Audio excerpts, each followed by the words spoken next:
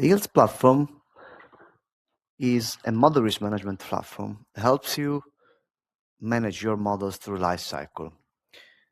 Starting from the inventory, in which you can not only inventorize models, but of course also tools or AUCs, AI use cases, and so on.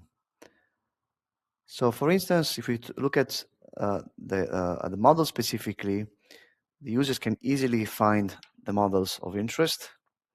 In this case, a credit card retail model is what I'm going to access. And it's a one-stop shop for all model information. As you can see, the default configuration comes with a large set of fields and data attributes that can be fully configured from the user interface by the customers, including deciding the list of values and any other properties that you want to display for models. Very important is to also capture dependencies between models. That's an important feature of the inventory, where components of models, sort of feeders, and downstream dependencies have to be captured. This can be also visualized in a dependency graph like this one, where from different nodes we can further see other dependencies. Very important aspect of managing models through life cycle is tier assessments.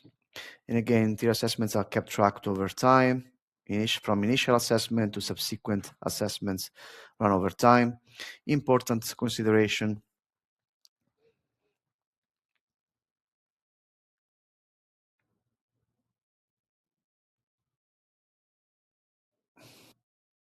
When it comes to tier assessments, usually this is done via questionnaires.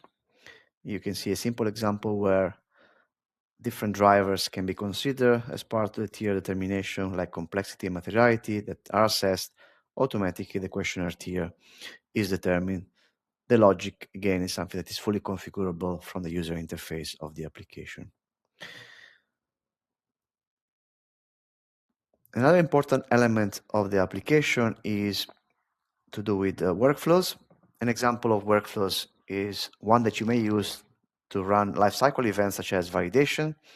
As usual, historical records validations are kept track of in the inventory for a given model, and a particular periodic validation live information are available upfront.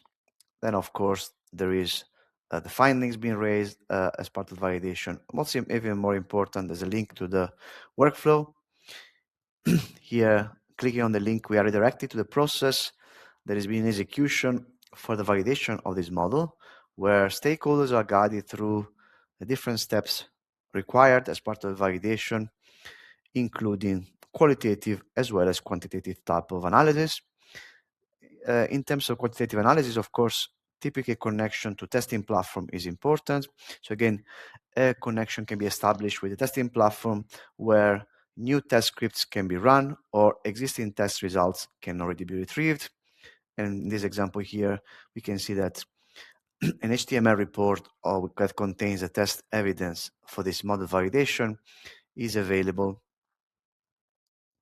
And in fact, we can see the HTML report available with some analysis on the data as well as the performance of the model being available here for retrieval from this workflow. Usually, as during validation, once different sort of steps are run, there's also the need to raise or review findings. Again, these are opportunities to do so. Here we can review existing findings where we have access to the list of open findings here, and like this can be reviewed through the validation, and the content of the finding can be assessed, and then any action plans or remediation can be reviewed before closing the finding as required. Also very important is to be able to also add some ad hoc test results as part of testing. This could be done with a very nice user interface where images, tables, and other evidence can be uploaded through a sort of a very nice rich text section here that include also the addition of hyperlinks. And finally, documentation can also be generated within the ILTS application. In this case, the templates that can be uploaded in the application can automatically be made available to the users here. So from the interface, they will have access to the right template to be used for the validation report in this case. A first draft is automatically derived, and then the content editor can also be accessed for further fine-tuning of the document, where multiple stakeholders can work collaboratively together for the editing of this document, where you can see that in the first draft, the template, which we see the skeleton for on the left-hand side, is being filled in with content and information to do with content that is available in the inventory is already retrieved, as well as test evidence. In this example here, we see the correlation matches that we have retrieved from the testing platform. And on the right-hand side, we see the full document being generated here. The table of content shows that we have a combination of qualitative content available in the inventory or that was made available throughout the life cycle by different stakeholders, as well as test results at the bottom here, where also the Rocky curve, for example, is being already placed in the document. In the context of testing, the ILTS application helps you also run all the testing at scale in a very scalable and reproducible manner. So if we see in the platform, we can organize our work based on different type of models, and whether we are second line or first line, so validating models or developing models.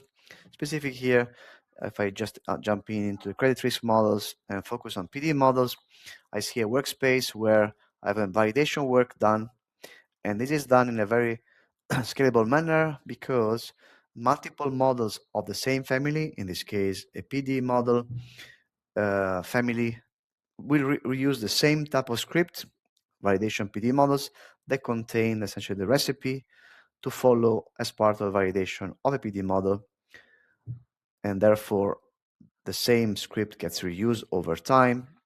And when we go into the specific analysis for the credit card retail model, we see that the validation PD model script is the one that's being used, that contains, as we said, the script, this Python script to run, and also the input-output information is clearly defined, and then input artifacts and output artifacts, data objects are already automatically linked, pointing to the right data that is relevant for the model. Same for output. And then every time we execute this validation analysis, a record is made available, a session that is fully accessible in the sense that we can now interactively access this this execution. Interactive replay gives us access to the full detail of the Python script together with the data and all the parameterization as of the date in which it was run.